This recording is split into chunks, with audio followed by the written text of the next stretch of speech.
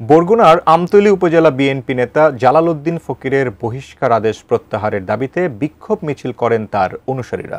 বিক্ষোভ শেষে ঢাকা কুয়াকাটা মহাসড়কে ঘণ্টাব্যাপী অবস্থান কর্মসূচি পালন করেন তারা। এতে এই সড়কের যান চলাচল প্রায় 1 ঘণ্টা বন্ধ থাকে।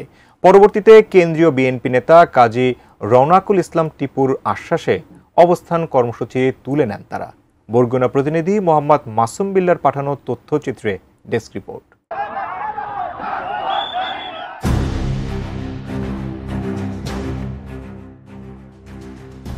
মঙ্গলবার 8 এপ্রিল সকাল 10টায় আমতলী পৌরসভার বিভিন্ন সড়কে প্রায় 10,000 নেতাকর্মী বিক্ষোভ মিছিল করেন। আমতলী উপজেলা বিএনপির অঙ্গ সংগঠনের নেতৃবৃন্দরা বলেন, জালাল উদ্দিন ফকির একজন ত্যাগী নেতা। বিএনপির দুঃসময়ে আমাদেরকে আগলে রেখেছে, আমাদের পাশে থেকেছে। আমরা জালাল উদ্দিন ফকিরের বহিষ্কৃত আদেশ প্রত্যাহারের দাবি জানাই। আমতলী উপজেলায় তার মতো জনপ্রিয় নেতা আর একজনও নাই। সে নেতা হিসাবে একদম পারফেক্ট। আমাদের এই আমতলী উপজেলায় সে পারফেক্ট নেতা। তার মতো নেতা হয় না, সে ত্যাগী নেতা। বুঝছেন, সুখ দুঃখের সময় সে সব সময় পাশে ছিল আমাদের।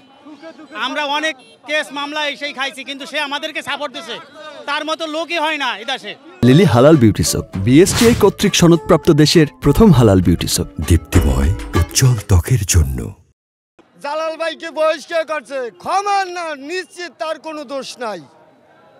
দোষ তার জনগণ তার সাথে আছে, এই একটা কথাই বলি। আমরা প্রত্যাহার করতে চাই।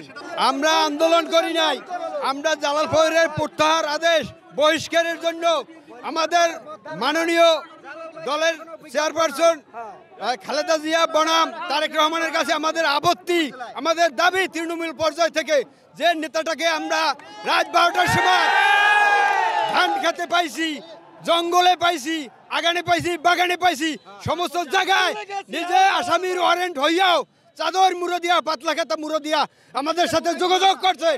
আমাদের রক্তের বিনিময়ে আমাদের নেতা জালাল ফকির এই যতদিন ধরে, এই 15 বছর ধরে এই আমতলী থানার ইউনিয়নের ভিতরে এরকম কোনো নেতা এই বাংলাদেশ দক্ষিণ ভূমিষ্ঠখণ্ড শহরে এরকম বড় শীর্ষ নেতা হইতে পারে না। আমরা জালাল ফকিরের ওই বহিষ্কার প্রত্যাহার চাই, আর আমরা দলে চাই।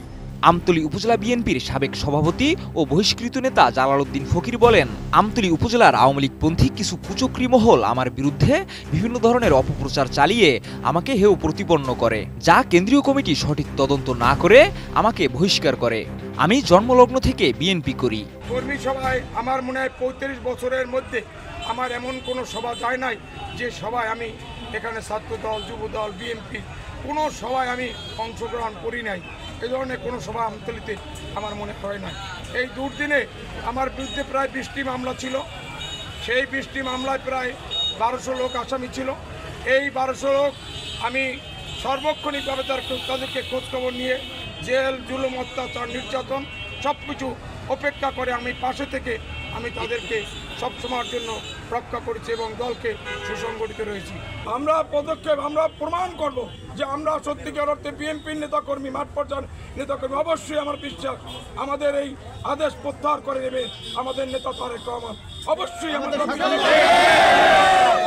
আমাদের নেতা যদি এরা পরিষ্কার আদেশ প্রত্যাহার করে নাও নেয়, আমরা এই দলেই থাকবো ইনশাল্লাহ। এই দলকে সুসংগঠিত রাখার জন্য আমরা এখান থেকে যাব না। মিছিল শেষে আমতলী উপজেলা বিএনপির কর্মী সভা অনুষ্ঠিত হয়। এ সময় প্রধান অতিথি হিসেবে উপস্থিত ছিলেন কেন্দ্রীয় কমিটির সহ পরিবেশ বিষয়ক সম্পাদক কাজী রওনাকুল ইসলাম টিপু। প্রধান বক্তা কেন্দ্রীয় নির্বাহী কমিটির সদস্য ও বরগুনা জেলা বিএনপির সাবেক সভাপতি নজরুল ইসলাম মোল্লা। সভায় সভাপতিত্ব করেন জহুরুল ইসলাম ভিপি মামুন। কর্মী সভায় কেন্দ্রীয় কমিটির সহ পরিবেশ বিষয়ক সম্পাদক কাজী রওনাকুল ইসলাম টিপু বলেন, বিএনপি একটি বৃহত্তম রাজনৈতিক দল, যার শাখা প্রশাখা বাংলাদেশের আনাচে কানাচে বিস্তৃত। জাতীয়তাবাদী দল, আপনাদের মনে রাখতে হবে, জাতীয়তাবাদী দল একটা বৃহৎ দল, যার শাখা প্রশাখা বাংলাদেশের আনাচে কানাচে আছে। আপনারা এই দলকে এতই ভালোবাসেন, এই দলের প্রতি আপনাদের এতই মায়া, এই দলকে এতই সুসংগঠিত করার জন্য আপনাদের প্রত্যাশা। দেখছেন কিছুক্ষণ আগে জালাল ফকিরের মতো একজন নেতাকে পুনর্গঠন করার জন্য কত লোক নিয়েছে। গত বছরের ৩ জানুয়ারি দলীয় শৃঙ্খলা পরিপন্থী কর্মকাণ্ডে জড়িত থাকার অভিযোগে বিএনপির সিনিয়র যুগ্ম মহাসচিব অ্যাডভোকেট রুহুল কবির রিজভী স্বাক্ষরিত এক প্রেস বিজ্ঞপ্তিতে আমতলী উপজেলা বিএনপির আহ্বায়ক জালালউদ্দিন ফকিরকে প্রাথমিক সদস্য পদসহ সকল পর্যায়ের পদ থেকে বহিষ্কার করা হয়। Desk report, ATN news.